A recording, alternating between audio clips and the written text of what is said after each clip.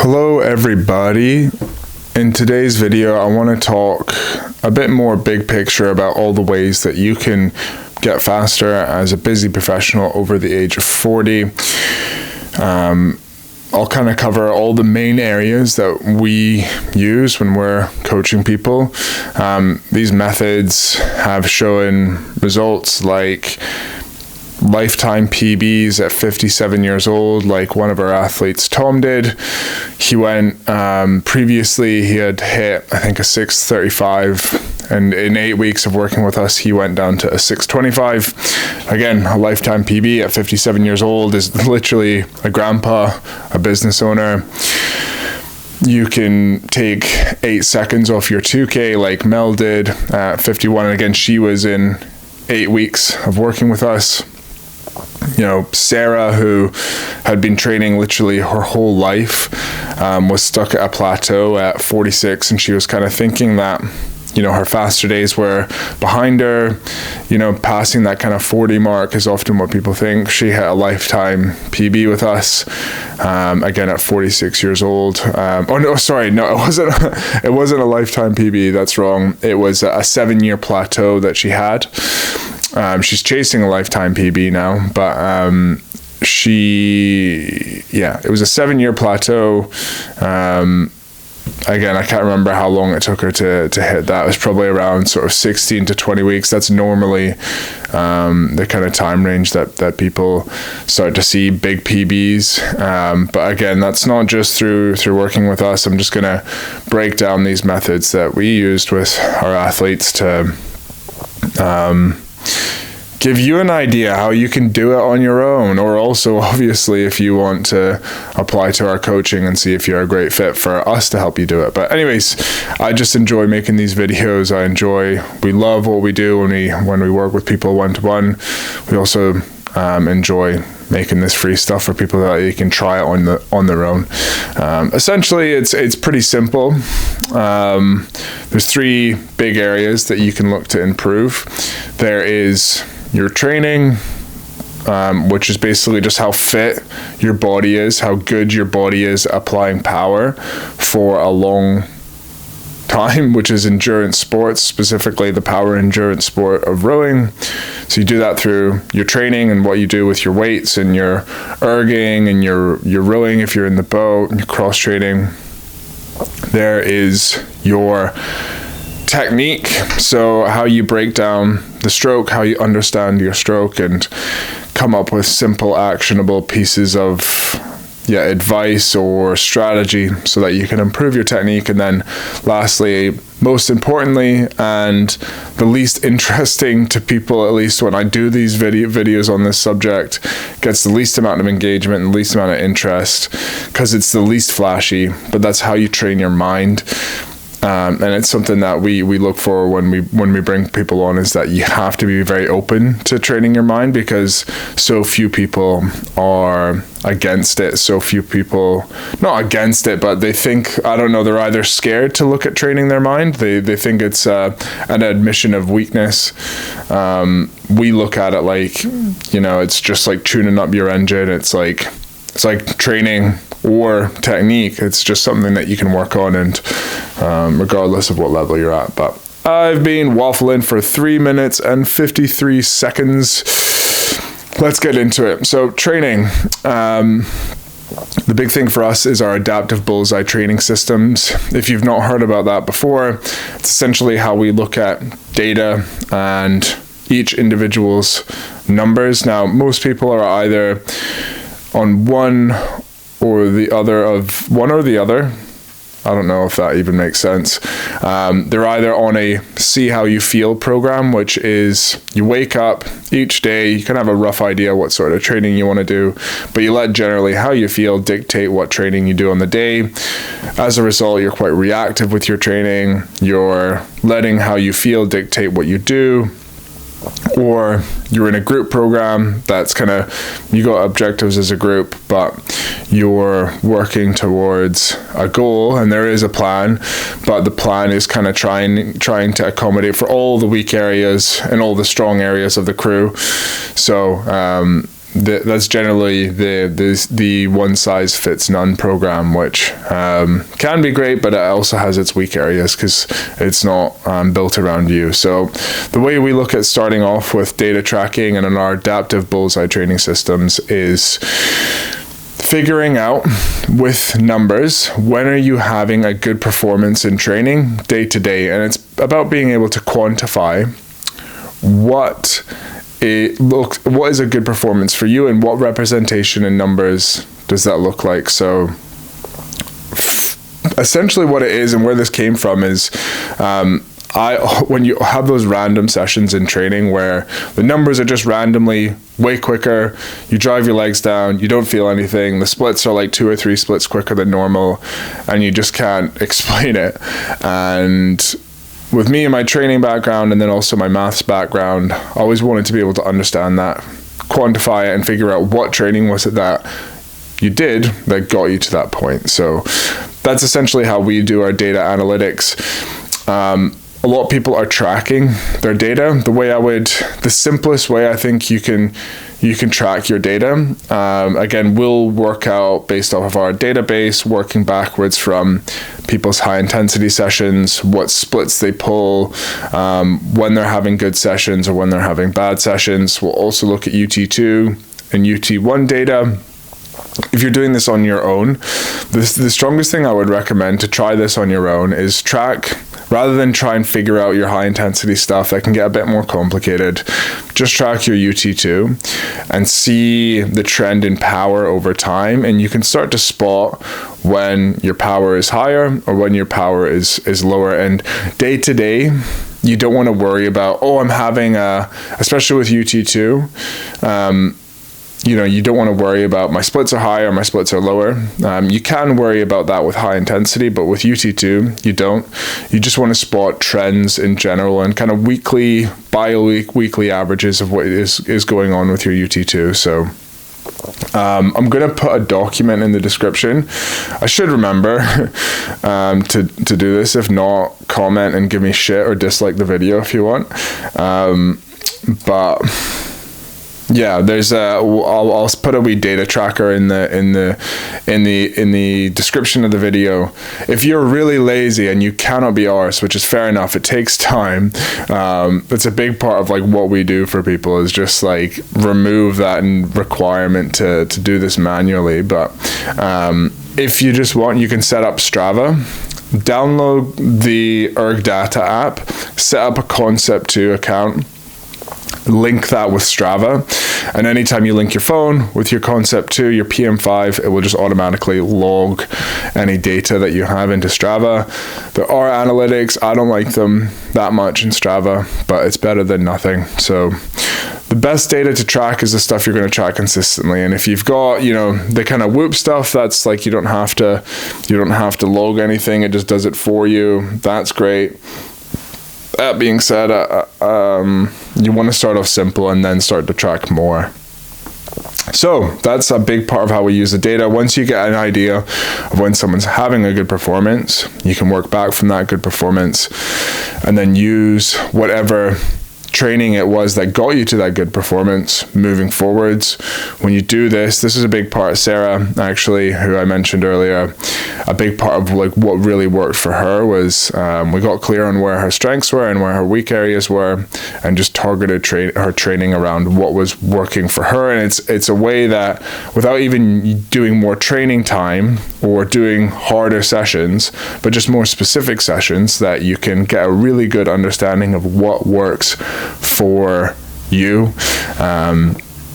And in fact, in Sarah's cases, the sessions that were working really well for her were shorter sessions, which I guess she was doing less time. So that's the training data. Okay, that's the data side of it, which can get a bit more complicated. If you want a simpler view of what we recommend for people when they're training on their own, is starting off with long-term planning. Again, you can play around with, you can get tuned into the sequence of loading, within, in terms of like how you structure your volume phases and how you push your intensity. But the simplest way to think about it is in a 4 to 6 week block, you should have 1 week where your objective is to recover and to get rested. So drop your overall volume, maybe take an additional rest day in that recovery week, and just know by the Thursday, the Friday, you should start to be feeling fresh, and then you should continue to feel fresh towards the end of the week. So that's a big part of where busy professionals over 40 go wrong, is that they think less time. Oh, I missed last week because I was traveling, or, there was this deadline or whatever. I need to do more this week, and you just end up never recovering. And a lot of the time it's, obviously lack of time, but it's also lack of time to train, but it's also lack of time to recover. So that's why a big reason that we notice differences is a big way that we notice differences is just by doing long-term planning. Again, you can use data. We use the adaptive bullseye training systems to figure out what's the best long-term plan for people. But simply when you're doing this on your own, again, just take 1 week, make it a recovery week every 4 to 6 weeks. So generally, again, if you're new here, we are big on polarized training. Polarized training is roughly having 80% of your training being very, very easy, 20% of your training being very, very hard. Normally, on average, what it looks like for most people who train 4 to 6 times per week doing cardio, so doing their erging and their cross training, that looks like normally 2 hard sessions, and then 3 to 4 sessions that are low intensity and that are easier, that are longer sessions but at an easier intensity. You want to get your low intensity for that stuff right. You want to make sure that it's easy enough. Generally, you can use the 65 to 72% of your max heart rate. Yes, you can do the heart rate reserve and all of that stuff. That's a simple way to get started. You can also use a percentage of your 2K watts or your 5K watts. I don't want to be this generous, but I guess I could put in the over 40 calculate. Okay, I'll do it. I see you there. Watch it out. If you like this video, I'll put the over 40 UT2 split calculator, which just a big part of what happens, the problem with percentage of your max heart rate as you age is that your max heart rate drops at a higher rate at which your UT2 splits drop. So we just accommodate that based off your age and based off what your max and your resting heart rate is, and also what your erg scores are. So we'll put that in the description as well. God damn, I'm just so generous. God damn. Anyways, so that's how you want to split up your week. I'd really recommend doing some strength training as well. Again, if you're short on time, I think it's quite easy, as an example, to just use the 6 sessions per week. If you want to focus on strength training, I would do 2 days where you just do strength training, and then have 4 erging sessions or rowing sessions or cross training sessions or whatever. If you want to have a general approach, what we normally do, if you're training 6 sessions per week, is have 2 days that are both weights and erging combined, or rowing, but it works better on the erg, where one of those days is weights combined with a hard erg, with a high intensity erg, and then one of those days is weights combined with a shorter low intensity erg.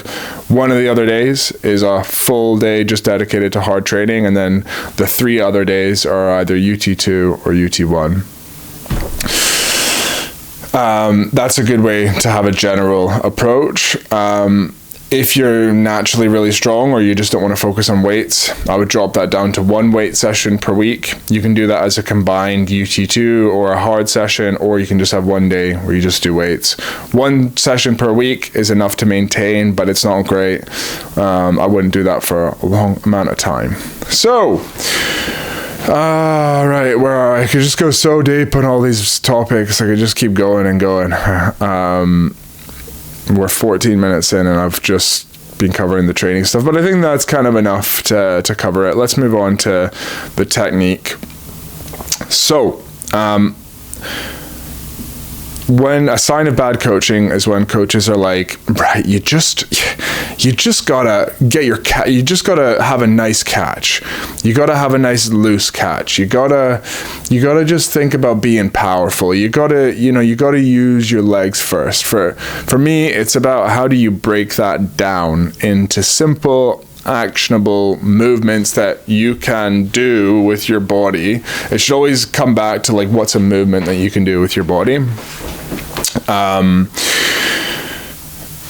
Because that's easier. Obviously, it makes sense. I don't need to explain why you should do that. It's more controllable. Obviously, you can do that when you're racing as well. It's a big part of kind of linked in with the mindset training.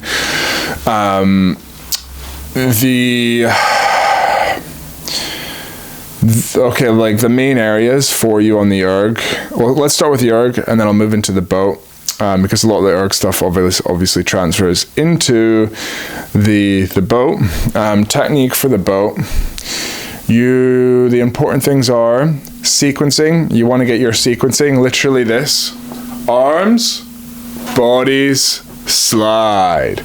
Yes, it is that simple. But if you do that well, like really, really well, you're going to separate yourself. I see Olympians not do this well, and it hinder them. So you do that, and you'll go faster, because you want to do that because your body likes to do the same thing on the way in that it does, same thing on the way out that it does on the way in. So I've got a black top on, which doesn't actually hold on. Woo! God, sorry you had to see that. There you go. You can see more of the screen now. I didn't mean to show you my belly, but there we go. The way that if you do this, if you've just finished your stroke and you do that together on the way out with your arms and bodies, and you don't separate your arms from body.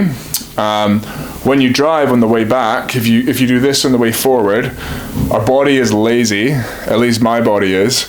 On the way back, you're going to do that same thing when you do arms and bodies together, because you did it on the way out. So if you separate arms and then the body, on the way back, you're going to separate body and arms. Which means that you're going to have a longer stroke, because you're separating my screen just went frozen there. You're going to separate your legs, and then your back, and then your arm draw, which means you're pushing for, is my focus gone? I don't know. You're going to have a longer stroke, you're going to be pushing for a longer amount of time. This is why being taller is an advantage, because you're applying force for longer. So when you separate, you do this well. When you sequence, you set your body up to do that well. It's the exact same, like if at the catch, you lunge like that, the first thing you're going to do on the way back is you're going to lunge out of it. And you're going to open with your back, you're going to load through your upper body. You're not going to use your strong muscles. Do all of that while staying really loose. I think people can stay loose on the recovery, but they tense up on the drive, and they forget that you should stay loose on the drive as well. And you need to load through your hips. So you want to squeeze your glute muscle on the way forward so that it's ready to fire on the way back. We think about our body here. So like when your muscle is stretched, it's very hard to use it. So think about, like, let's do a little test here while you're watching this video. If you want to join in, straighten your arm and try and tense your bicep. Should be harder to do that. Contract your arm and then tense again. It should be easier. I know my biceps are huge. Kidding on. When you contract your bicep, you should be able to feel it easier. And it's the same with your glute. When you're compressed at the catch like this, your glute is stretched, so it's really hard to switch it on. So it's a big part of the reason why people struggle to engage it. To engage it properly, you need to engage it on the way forward. You can't just wait until the drive to engage it. So that's all the stuff on the erg. I'm going to start speeding up here because this is taking too long. And to be honest, I can't be arsed doing much more of this. You want to take your blades out. In the boat, take your blade out square and then turn it feathered. The way you can do this, tapping drill when you're sat still. If you're in a sweet boat, practice that tapping down, practice that square exit. Really good way to ingrain it. Again, sequencing on the way forward, super important. And then the catch is probably a big area, the most important area in my opinion. You want to place that blade on the way going forward. If your blade, you think about a perfect catch movement, if the boat was still, the water is still, looks like that up and down. If when you start to move, the water starts to go like that, but you're still doing a straight up and down motion. So you should expect some backsplash on the blade. And yeah, you want to look for that as you place. And on the way forward, you can do that. But it's one of the rare cases where when you get the outcome, which is backsplash, or when you force the outcome, you actually get the right process. So normally, 9 times out of 10, we say, get the process right, don't worry about the outcome. The catch is one of the rare cases, I think, at least, where you can backsplash the blade in, and it means you're getting the catch right.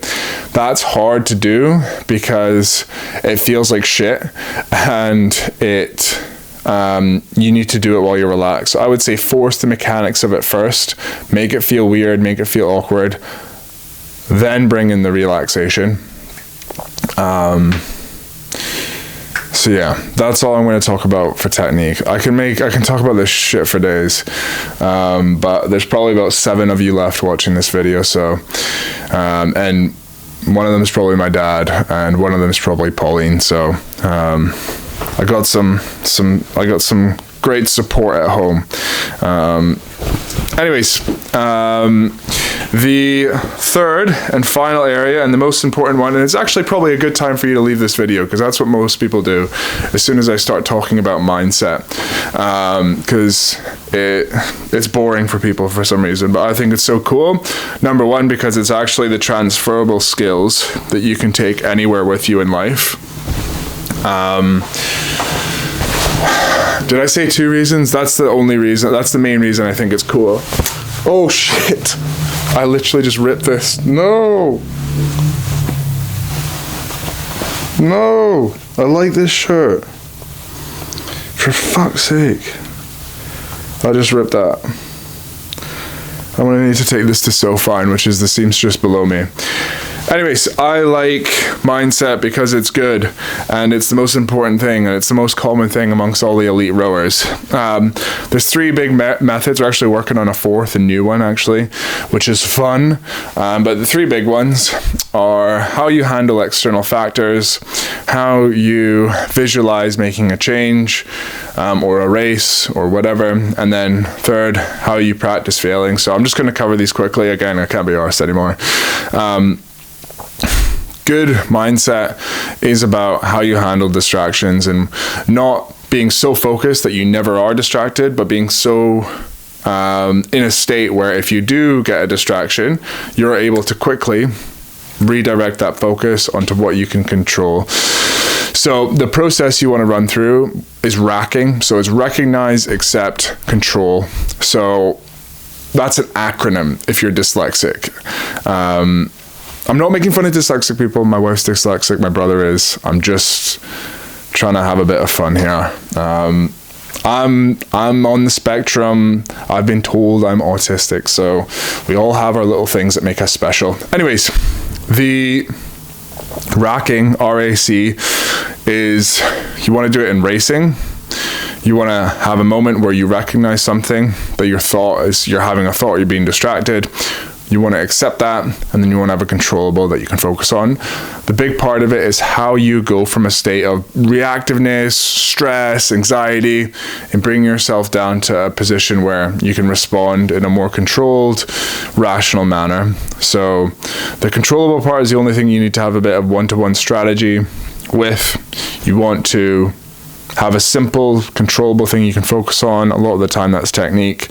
The big thing is you want to practice this process. It's the process that makes you better at this. It's not the actual, oh, I always get distracted in training when my competition drops me off the start. I need to have situations in training where I get dropped off the start. It's no, you need to have opportunities in training where you get distracted and where you practice shifting your focus back onto what you can control.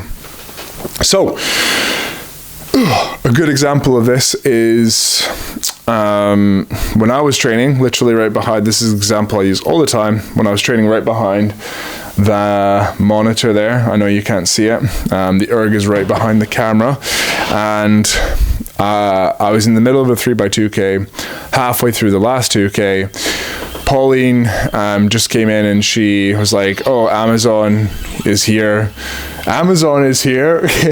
That's not what she said. She said, oh, there's a package for you. And immediately was, oh shit, like realized I was right in the hardest part of the session. She came back out after and she was like, Jack, I'm so sorry, like I didn't mean to distract you. And I was like, no, that was actually good. That was a time in training where I could practice being distracted by something or someone and focusing on what I can control. And I remember in the moment being happy that that happened, because it's an opportunity to practice how you respond. And number one, when you do this, you get better at the response, so that when you go racing, you can practice it, you can do it better. But number two, you start to see challenges and distractions as good things. And in training, you're training your body to seek out these distractions. And then when it comes to racing, you think they're just opportunities to practice. Your brain, once you train this in, your brain doesn't know the difference. So pause for a little drinky. Remember, if you sat here this whole goddamn session and you've not had a drink of water and it's been 26 minutes, then you're a fool. Pause this video right now, go and get your water, and let's cheers. Okay, right, you're back. Cheers.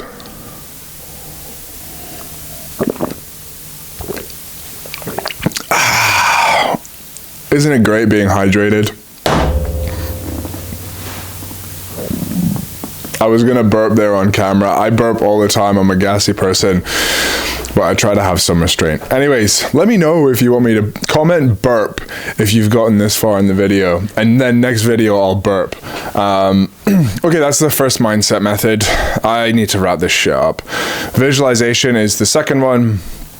It's how you visualize things happening. Basically, in your mind, you can practice doing things in your mind as if you were doing them in person.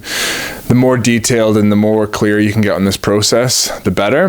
The 4-step process we run through is create the setting, create the problem, create the solution to the problem, and then create the outcome that you want and run through that in your mind. Setting, you want to get detailed with where is it that the problem is, what does it look like, sound like, smell like, you know, how do you feel in that moment? Imagine yourself in that situation. Problem, what is the problem? Is it the third 500? Chris, one guy, probably the best example of this working, to be honest. He really struggled in the first 250. Long story short, within 2 weeks, we managed to take 14 seconds off of his 2K just by doing this visualization technique.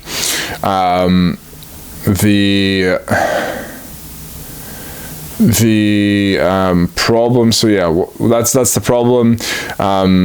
The controllable, the controllable response is the solution. Yeah, this, fuck's sake, I lost my train of thought. This solution to the problem is a controllable. You want to have some sort of response that's controllable, that ideally helps the problem. So if it's like the third 500, you back off. It's thinking about legs. Again, we want it to be technical, simple, controllable. That you want to imagine yourself doing that, and then you want to imagine, this is a real powerful thing with visualization, is that you can imagine it working. You can imagine practicing doing the problem, solving the problem perfectly.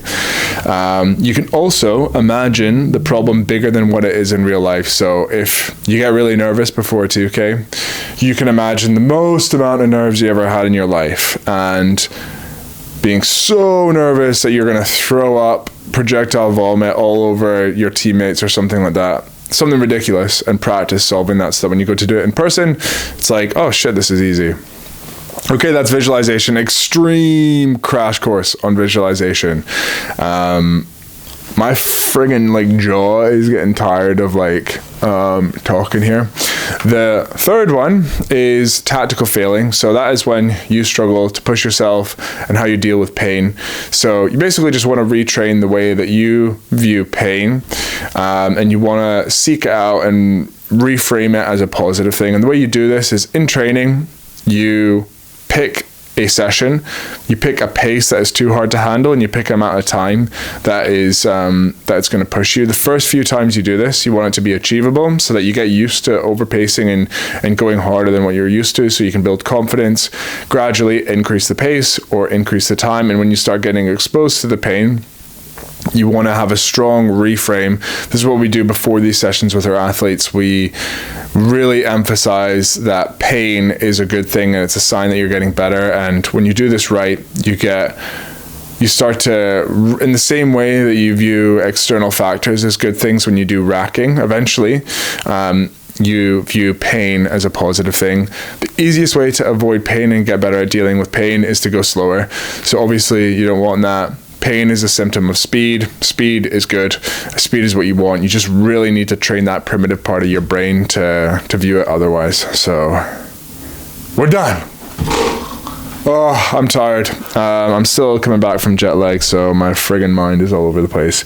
If you got this far, I'm running out of things to use here on my desk.